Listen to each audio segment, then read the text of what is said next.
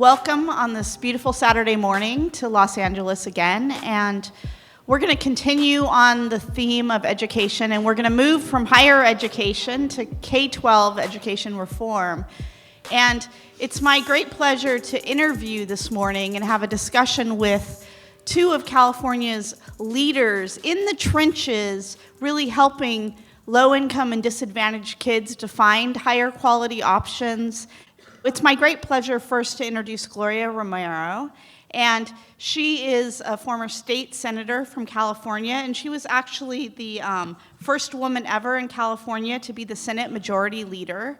And for a while, she was representing the Democrats for Education Reform in California. She is responsible for passing one of the biggest pieces of school choice legislation, the parent trigger in California. She also now has started her own charter school, or the community's charter school, I should say, and she's the founder and executive director of Scholarship Prep Charter School in Santa Ana. So she's really, over the years, done many, many different things to help low-income and disadvantaged kids, and all kids really in California, to have better education options. And then on my left, I have Dan Katzir, and he is currently the president and the CEO of the Alliance for College-Ready Public Schools. And this is a very high-performing charter school network in Los Angeles that has 28 charter schools. And they have over 12,000 students, 7,000 kids that are alumni now of their charter schools. And Dan has worked in education reform and in Los Angeles and in our community for years. For more than 11 years, he worked at the Eli and Edith Broad Foundation, and we've done a lot of work with our Money Following the Child with the Broad Foundation methodology, and he developed the Broad Prize for Urban Education, the Broad Institute for School Boards and Broad Superintendents Academy, the Broad Residency in Urban Education, all of these programs basically to get higher quality people and human capital, and also reward schools that were doing great work for disadvantaged kids over the years. And they've all done many, many other things, and I'm going to let them talk a little bit more individually about their work. And so I just want to get started with the conversation, and we'll start with Gloria. And I'd just like her to tell us a little bit about, so she's a lifelong Democrat in California, not known nationwide to be a particularly friendly state for education reform. Tell us a little bit about the parent trigger, trying to support school choice in, that kind of an environment, and just a little more about yourself to start us off. Okay, thank you so much. It's my first opportunity to participate in a Reason Weekend, and I'm having a fabulous time, so thank you. I'm a Democrat. I'm a lifelong Democrat, and I'm a Democrat who believes in choice, whether it's my body or whether it's education, and that's what I remind my colleagues. Just a little bit of background. Before I started my own charter school, I did head up a California chapter of Democrats for Education Reform, and I actually received a cease and desist letter from the LA County Democratic Party telling me, and Democrats for Education Reform, that I had to stop calling myself a Democrat. Because I have this crazy idea that I believe in choice. I responded back that, even if the Pope were to tell me to stop talking about reproductive rights, I wouldn't, as having grown up Catholic, I wouldn't have listened to him either. And Eric Bauman was not going to stop me from calling myself a Democrat. And I think it underscores that there are many Democrats. Unfortunately, we're not in leadership. And for those of us who have been, essentially, I had to pull what was, if you remember the old movie, Bulworth, basically have a Bulworth moment where I had to go rogue on my own party and just say, what part of failing schools do we not understand? But it's been quite a toll. For all of the sunshine, for all of the advocacy of the poor, the disenfranchised that my party claims to represent, we have failed when it comes to high poverty children, predominantly Latino and African American kids. I represented East LA in the California State Senate, and I also not only had education, but I had the prison committee, so I've been in every prison in California for nothing I've done, just for the record. 70% of inmates do not have a high school diploma. I believe in personal responsibility, but you do the math. And you look at the numbers overall. So anyways, long story short, I started looking at this. I chaired education. I was in the prisons. And I just said, look, our schools are more of a public works program than a public education program. And we've got to blow the system up, turn it around, give parents choice. So I wrote the law. It's known as the Parent Empowerment Act of 2010. The one that people know most about is the Parent Trigger Law, which basically gives parents essentially the same rights as the bureaucrats have to turn around failing schools, because believe it or not, there are strong federal laws. There are laws available for the superintendents, the board members to turn around, to shut down, imagine that, a failing school. They don't do it because of the power of special interests. That's all it's about. It's money. And as the majority leader, I was in all those back rooms in Sacramento. Believe me, money is power. And the CTA is the most powerful political interest in California, having spent more than oil, pharmaceutical, tobacco combined. And it's basically to keep the jobs, the pensions, the perks, rather than the learning outcomes. So after years and being screamed at for being a Democrat, believing in education reform, I worked across the aisle, got some major legislation through that granted more rights. After being termed out, I finally said, after trying to reform schools, I'm starting my own, and went to Santa Ana, and we are educating over 300 young scholars today at scholarship prep charter schools. So I'll stop there, and we can have more conversation. Okay, great. Thanks so much. And so, Dan, you're running one of the largest charter school networks in Los Angeles.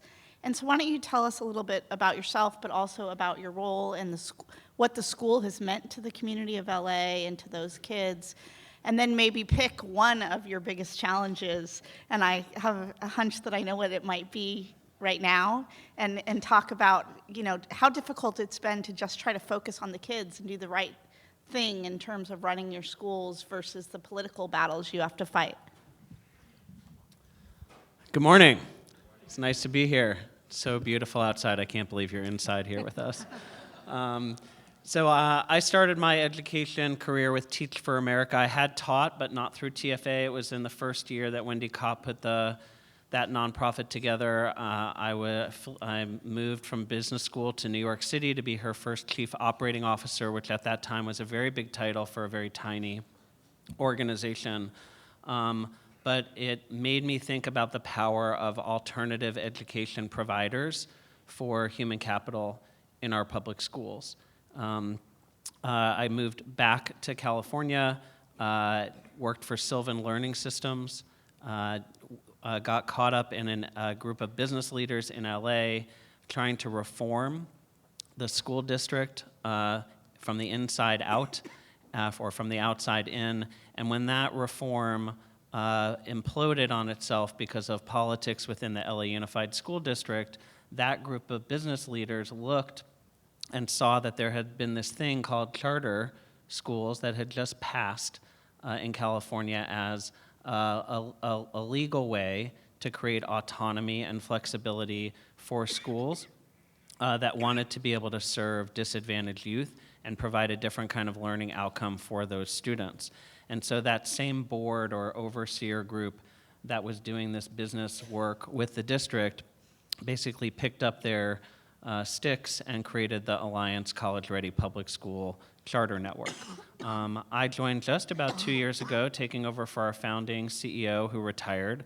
As Lisa said, we're the largest charter network in Los Angeles, serving over 12,000 students in 28 middle and high schools. So we do not yet have any elementary schools, and the reason for that, just to set some context, is when Alliance was founded in 2003, 2004, there were 49 high schools in Los Angeles, and the reason why I remember that number is because the graduation rate across the city was also 49%. But in the communities that Alliance and other of the early charter providers created schools, that high school graduation rate was less than half that. And as Lisa said, I was a funder for over a decade with Eli Broad, and when you're a funder, people run around with PowerPoint decks trying to get you to convince you to give them money. Those of you that do philanthropy know that. And I remember one charter founder had a PowerPoint deck around schools that he was building and had built in Watts and South Central LA, which is the primarily African American community in Los Angeles.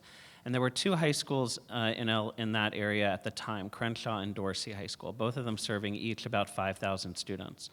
And he said, when we start our 9th grade, we have less than 5% market share for public school 9th graders in the South Central Los Angeles area. But 4 years later, when we cross the stage at graduation, for this community, we have 95% market share. And so the reason why charters exist in LA and other urban communities is because of those statistics.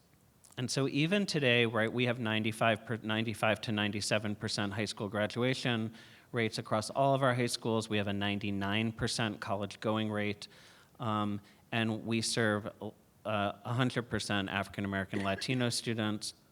We serve 100% free and reduced lunch, meaning poverty, students who come from families of poverty.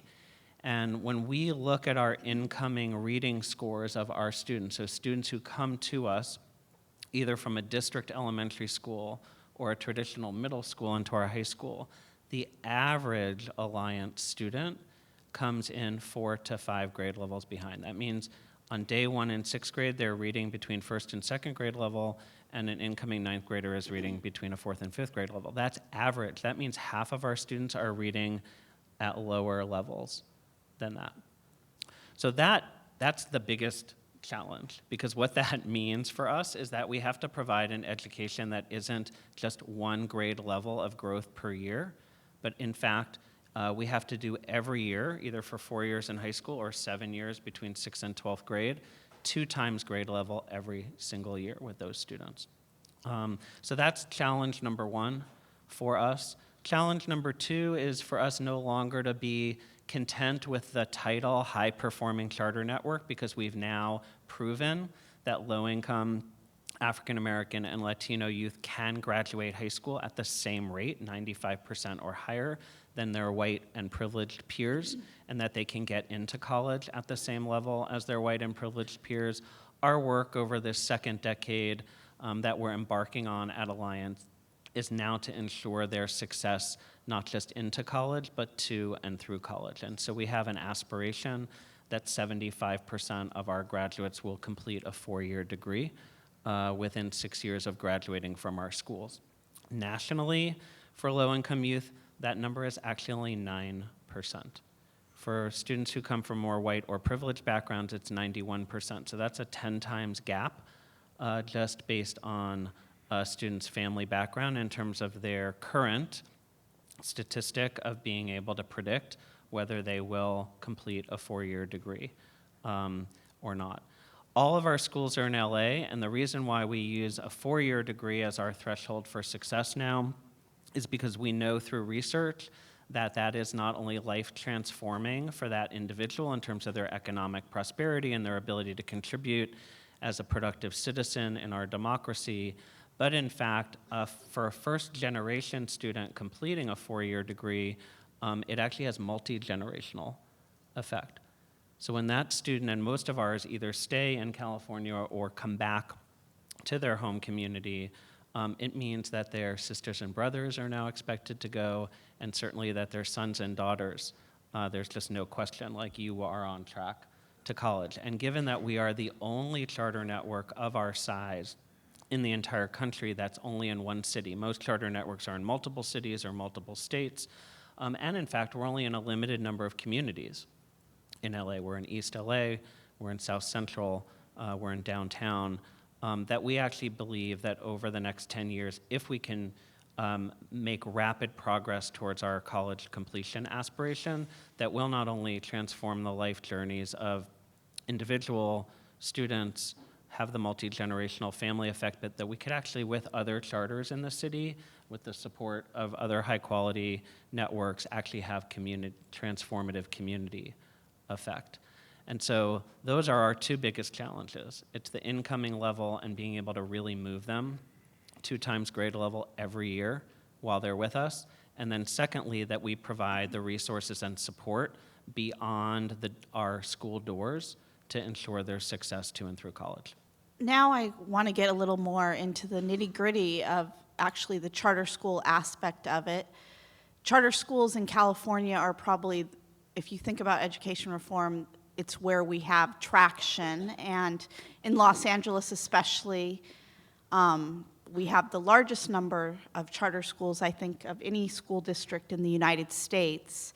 And there have been many, many students across many different high-quality charter school organizations that have actually been able to, to get a different kind of education or a different kind of choice compared to their residential neighborhood school that they would have automatically been expected to enroll in. And so I just want to ask both our panelists, and I'll start with Gloria. I know she's just started the first small school, so she's on the opposite end. Is this the first year of your charter school? Mm-hmm. And I know she's also has a school in Oceanside that you're looking to start. And so I'd love for you to repeat like the story about the authorization of the Oceanside school, because I think that was a good one. But also just what does it take to start these schools and maintain them in relationship to the district? And what accounts for what you can do differently? Like Dan was just talking about the very important thing of how many kids that they get to a 4-year college.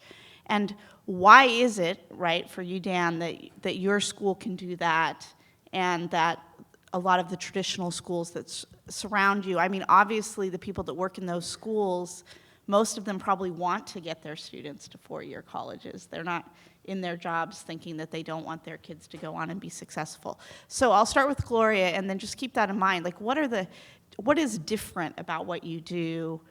And is it the families? Is it picking the school? Is it the freedom that you have to run your schools? What makes the difference that you can have these outcomes while others can't? Okay.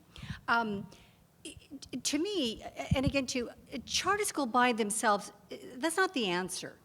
It's a choice. And I think even historically, if we go back and take a look at in California, to some extent, charter schools were started as a way to stop vouchers in California. And actually, as a Democrat, God forbid, Eric Bauman, I believe in vouchers as well. I believe in choice. What part of parent school choice do we not accept? But you can see I have a bullet wound on my back, okay, not literally, but figuratively. So charter schools by themselves is not the answer. It comes down to zip code. It's zip code in America. It's 5 digits of separation. And where else in America do we tell people that, we check your zip code at the door? I lived on the east side for 30 years before I moved to the west side. But if I can imagine, if I tried to get across town to go to a park on the west side, I'm not stopped and asked, what's your zip code before I walk into the park? I can buy a home in any part of California. I can worship in the church or the temple of my choice. I can go to any shopping mall. But in education, and it's actually only in K through 12, because in college, zip code doesn't stop me. In preschool, we have vouchers, oh my God, for preschools in California. Imagine that, Democratic Party of California. So it's about these 5 digits of separation. And so to me, what a charter school does is it gives parents choice. And what matters especially, and what the tragedy is, and you've heard about some of the statistics overall. As a senator sitting there, I would see these reams of paper. We called them the watch list.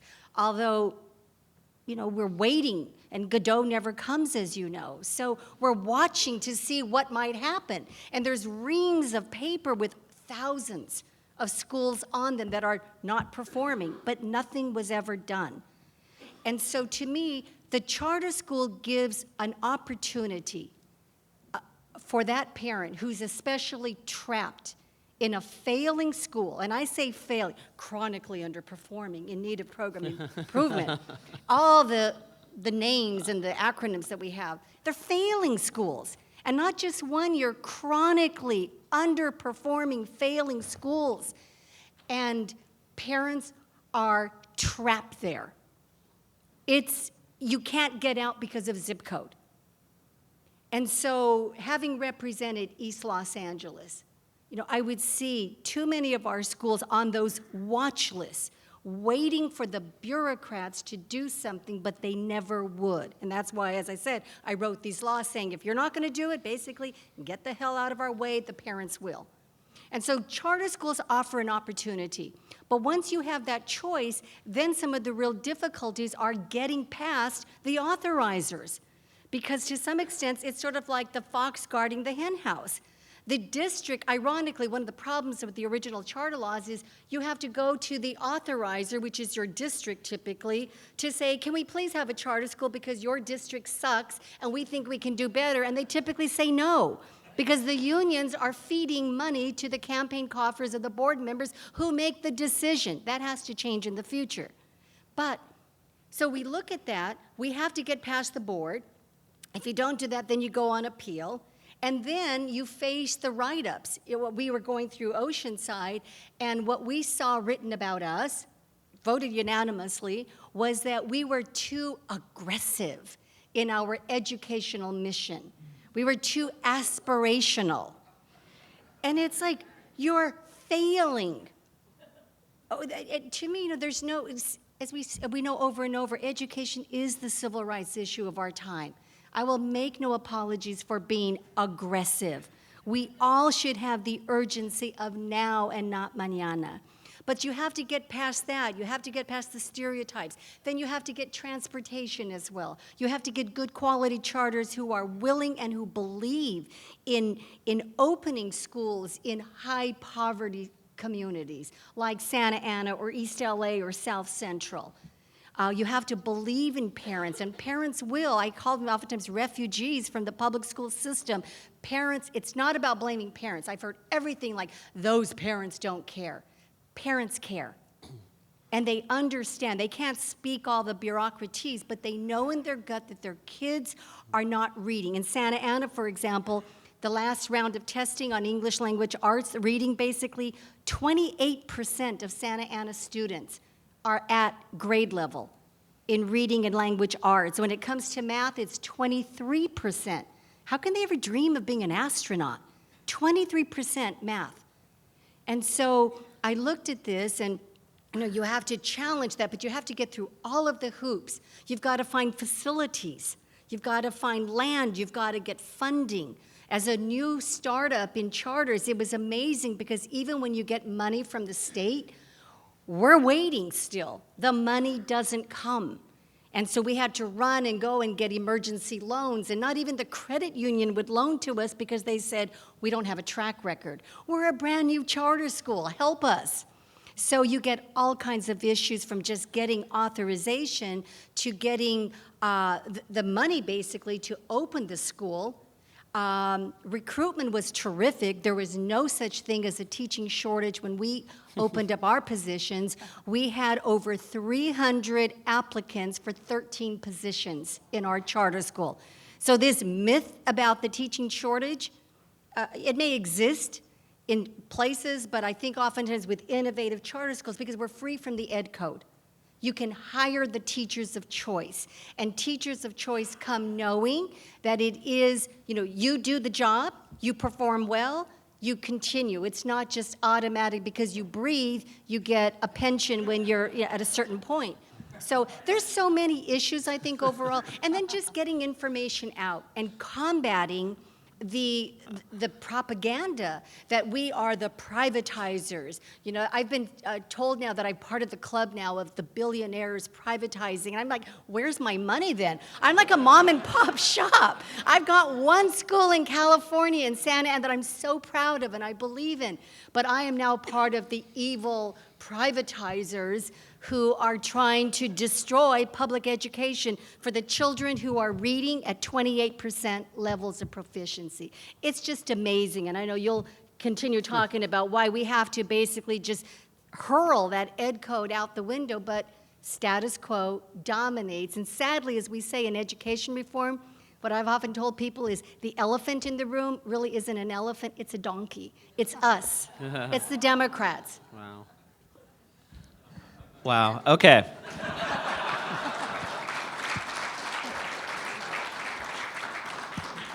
All right, so I'm going to restate Lisa's question and answer it, but Gloria, you are at the beginning of this perilous journey, which includes authorization, right? You can't open a public school unless someone authorizes you to.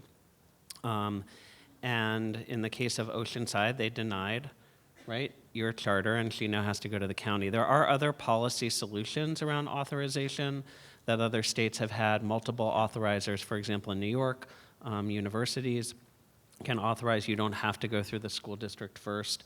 In Washington, D.C., there's actually a separate charter authorizing board. So there are other policy solutions. Unfortunately, in California, we have this staircase approach where you essentially have to go to the monopoly provider and ask permission to compete against them. But what happens, so if that actually happens, so Alliance, all of our charters have been authorized by the district. And basically, you sign a 5-year contract with the devil, because over those 5 years, they have oversight and regulatory responsibility for you, which in bureaucraties means we are going to make your life as miserable as possible because we now control you. So not only do we pay them fees for this service of oversight, but literally every year we upload 1,200 documents to a Dropbox box, and they come and do full days to oversee every aspect of our work, which they, by the way, have never, ever done with one of their own traditional schools. And basically, they're looking for ways to ding you on the smallest items so that when you come back up for renewal 5 years later, they have kind of a case history against you. So it's not just the initial authorization that's perilous given the political environment that we're in, it's the kind of microscope and bureaucracy that even as charter schools with all the freedom and flexibility that we have, that the oversight regulatory agency, which is the district, provides, and then the path to renewal. When I started, we had 6 schools up for renewal right away when I got to Alliance. And I looked at all the test scores, I looked at their history, I looked at their financial records, and I was like, someone should be like creating a parade in the street for these schools, right? I didn't know Alliance very well when I went in, but I was like, just on the merits, like people should be like, we should have a parade. A level of political shenanigans to actually get these 5 schools renewed was unbelievable, to the extent that we had to demonstrate parent power. We bussed in over 600 parents. They showed up at 4 a.m., so they were first in line to make sure that they stacked the room. I'm literally texting with people in the room to make sure that they didn't pull a fast one, which they tried to do on the dais of the board. Like, it's literally like political gamemanship. So now, to Lisa's, so welcome to the club, because that's what you have coming up. So what allows us to have this aspiration of 75% college completion, or frankly even focus on college completion as a measure of success for what we believe public schools should be doing? So I think there are a number of things, 3 major ones and then a 4th one just to talk about parents. The first is we actually believe in that, and our academic design focuses on high expectations for all students. I think, Lisa, that there are some schools and some school leaders and some school governance bodies that actually don't believe that they believe that they are doing just enough for those children, but they truly do not have the philosophical belief that every single student, regardless of family background or zip code, can achieve at high levels. And the highest performing of the charter schools around the country, that's what we are. That's why we started. When you go into an Alliance school, you see college pennants. All of our advisory is around college-going culture. We don't have a lot of athletics. We don't have a lot of electives. We don't have a lot of after-school. We have some after-school enrichment programs, but like our focus is college readiness and college success. And so in that respect, some parents and students actually don't choose us, right? We have many students who come to visit our high schools and they're like, where's the football field? Well, we don't have one. We have this tarmac where people park and you can play ball there at lunch, but we don't have fields. Or we have a park that's 3 blocks away that we'll walk over to for phys ed a couple days a week. And so this parental choice is really important because for a student who gets engaged in school through sports, Alliance is not the right choice for them. But I think the number one difference is like through our DNA, through and through every aspect of our culture and our learning, it's college readiness and college success, and not every traditional public school has that focus. By the way, if you open the door to any school, private, magnet, Catholic, parent trigger, voucher school, if you open the door and dig underneath, that's the culture of every great school, right? It's high academic rigor, high standards, and then a focus on that student's personal success, academically as a human being, and then in life. The second is that we have the ability to hire who we want. So, right, 300 applicants for 13. I wish I had those numbers. The LA urban teaching situation is a little more difficult, actually, at this point, for us to be able to hire great people, but we actually get to choose them.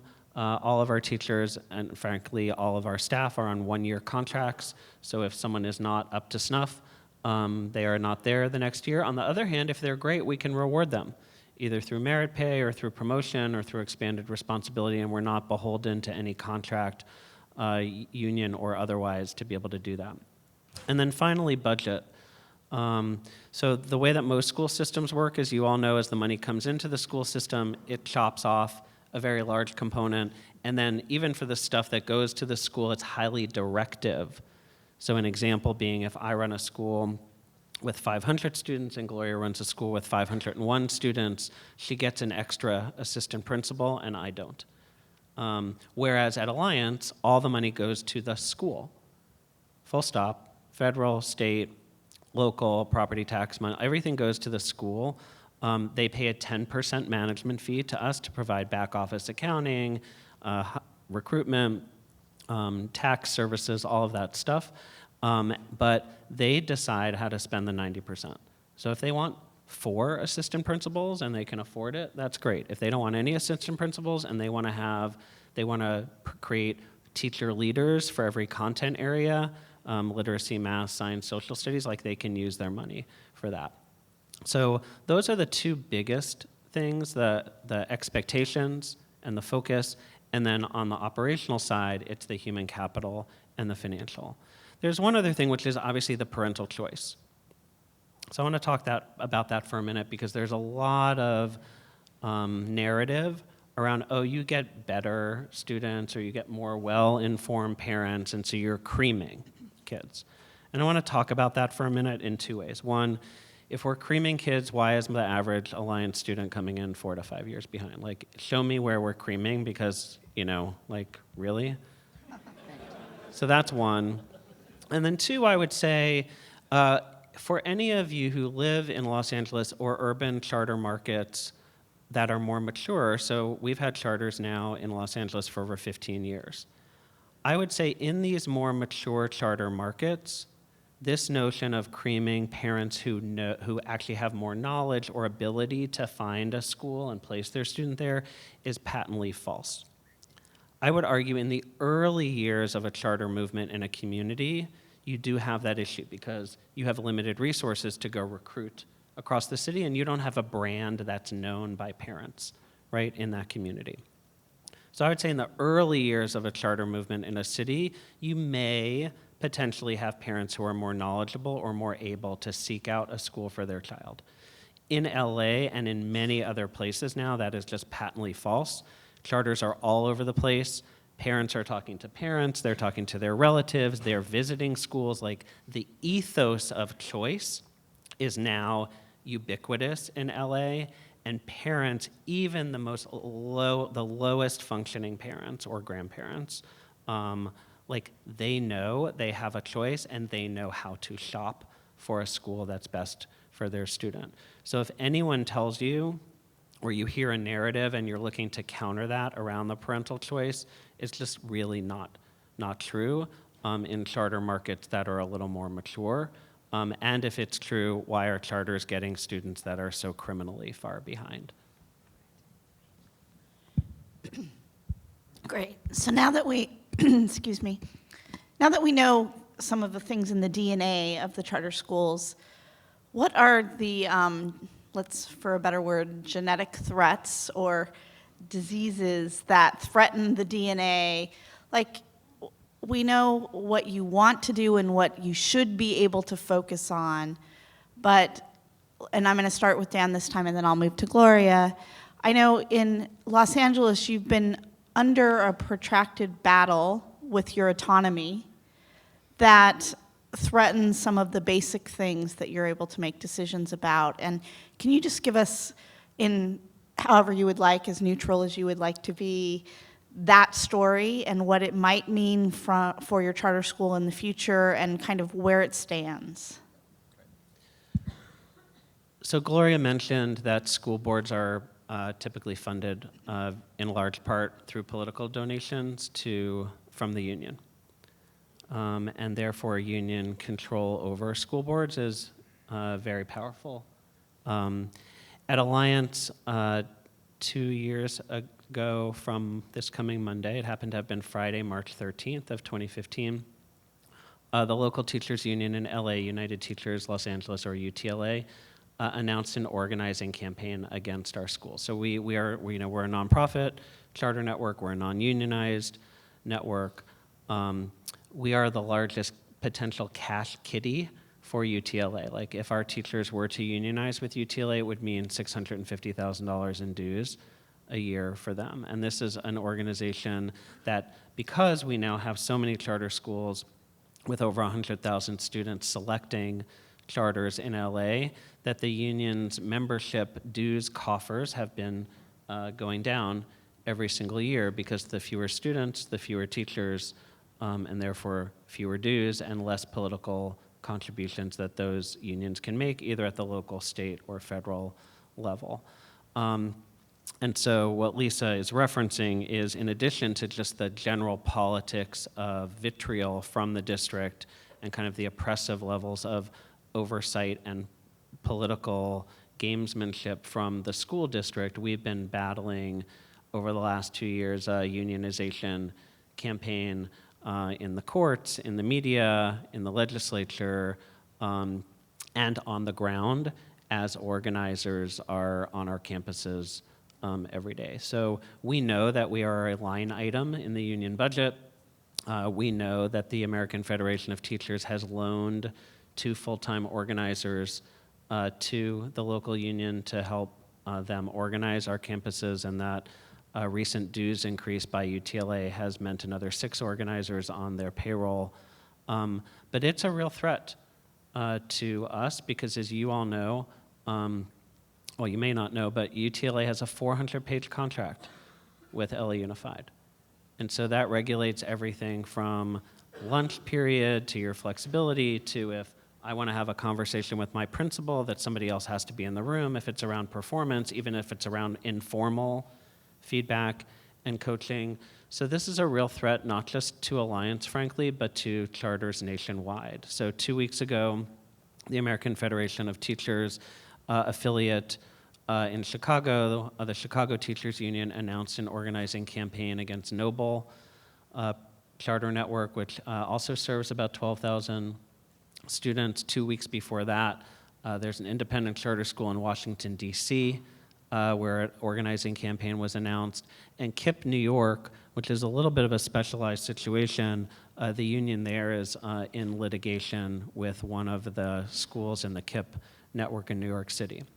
So in the same way, I think that over the last 10 years as charter operators, we've realized it's not just okay for us to run good schools and really focus on the operation of good schools and the community outreach required for that, but that we need to be really smart around organizing our parents and our teams in politics and policy.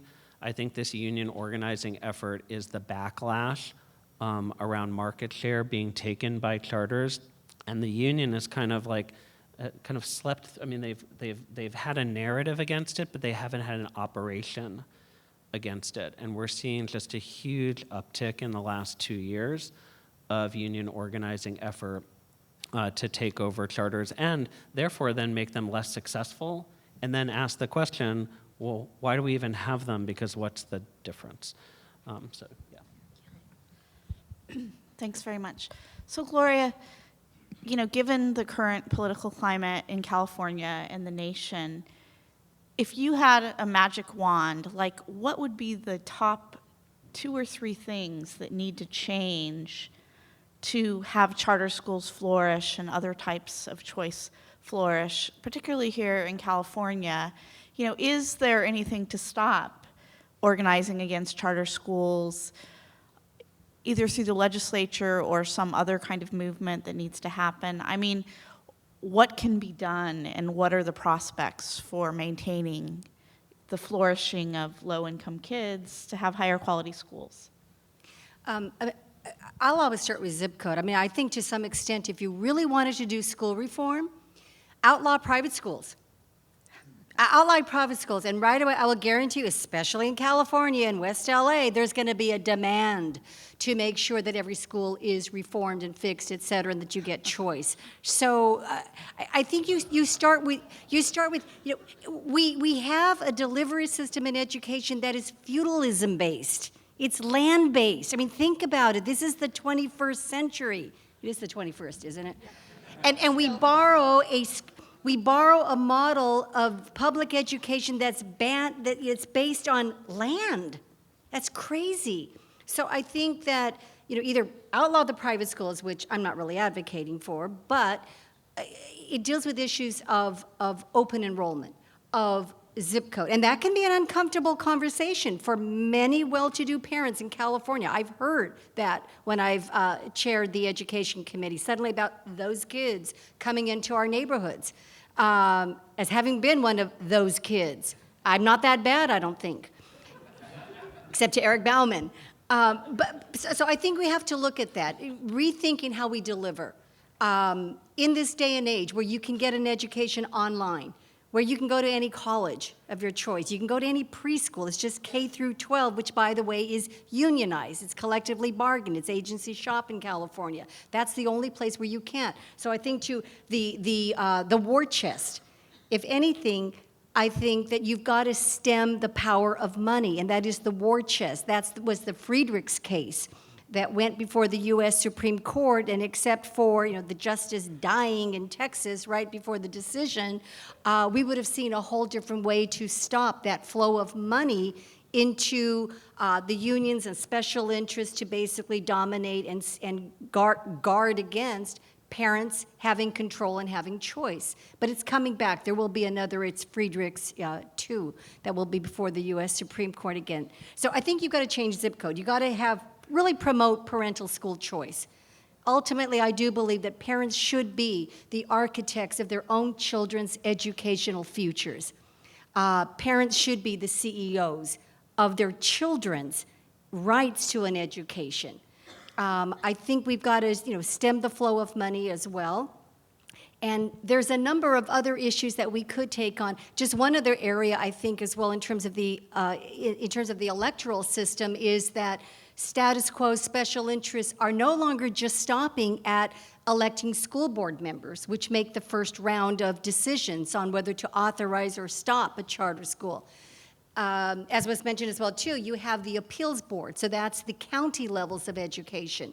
So more and more in certain counties where we've seen county boards upholding the appeals of charter schools that have been denied at the lower level, you're now finding unions and others joining now to elect, to put money into the county boards of education to elect voices that will further stifle and deny at the next level. And then as well, too, it doesn't stop there, because you have to cite a school in a community that oftentimes deals with having to get conditional use permits at city council levels or boards of supervisors. So the dominant, sort of, you know, in the last session we talked about snuffing out free speech.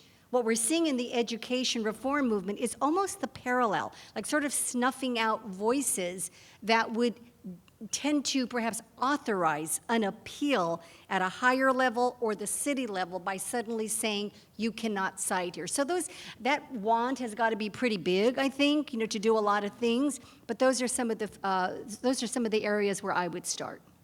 Okay. So for Dan, for you, I'm going to ask you that magic wand question too. And I guess the miracle is that California has so many charter schools, right? Given the constraints. That it's shocking that they've been able to flourish. And when I think about this, the only explanation is always that the political feasibility of starting one school in one community is easier, than trying to do it statewide or in a whole community. But one by one, the charter school movement has flourished. But even that now seems to be a strategy that's under fire.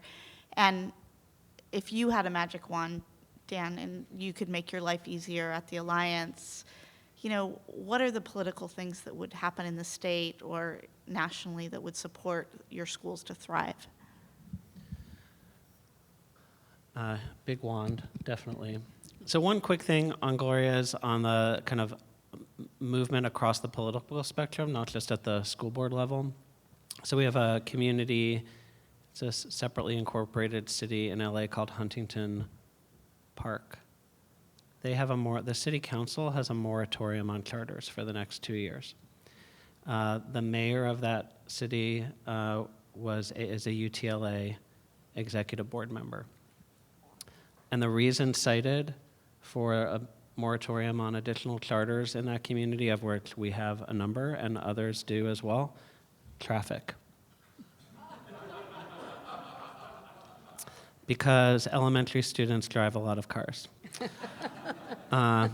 So, look, obviously my favorite magic wand would be for UTLA to go away, right? And so one of the ways is the war chest aspect. The other, just from a litigation perspective, is schools in California are beholden to a state public employee relations board as opposed to the National Labor Relations Board.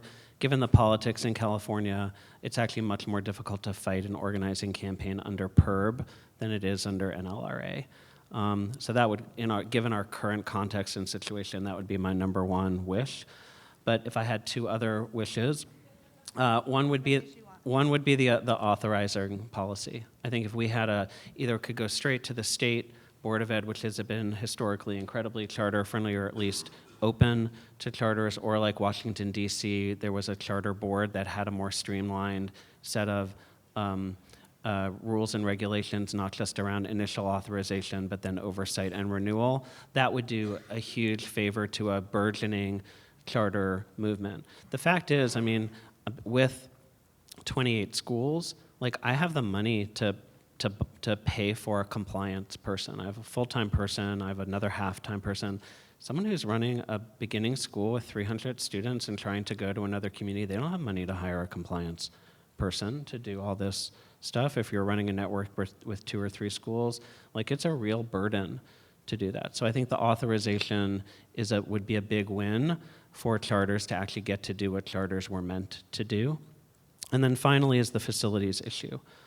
So we're lucky in California actually that our money flow on a per pupil basis is actually very strong. We do get the money almost pari passu to a school a traditional school in California. Other states, the flow of money to charters has different kind of issues. We're very lucky on our operating money that in California we get that. However, we don't get any money for facilities. And so that allows the district to play all sorts of games with you. I'm on the board of a charter network in Richmond, California. They're like, oh, we're just giving you one porta potty for 400 elementary school students, and that's going to be okay for you.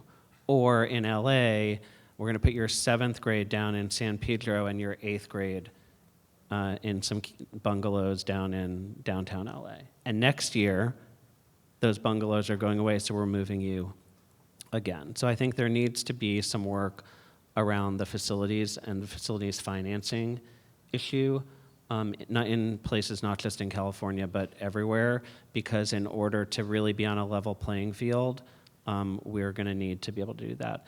And then finally, I would just say, like, in terms of, like, school districts are not going away.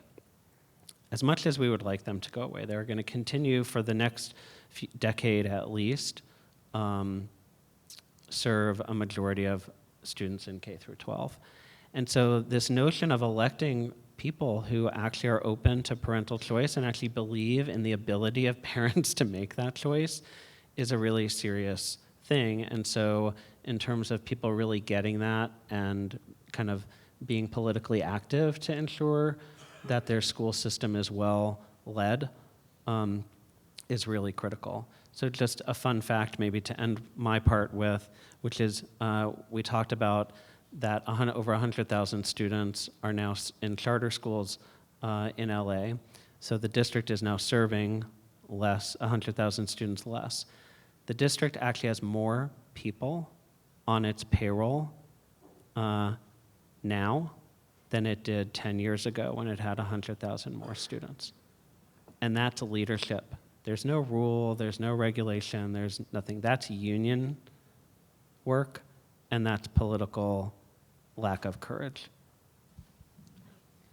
All right, well, I think we'll end with that, and we'll just sum by saying that, you know, Los Angeles and California is one of the greatest examples of charter school choice. It's been a thriving community, but it's also one of the places where the greatest threat remains, and forever vigilant, I know, is a theme that is not unfamiliar to all of you, and so we have to continue with that. And I don't know how much time we have for questions, but None. so you guys can find these folks around, and they'll individually answer questions for you for a little bit, I think. Thank you. All right. Thanks, Lisa.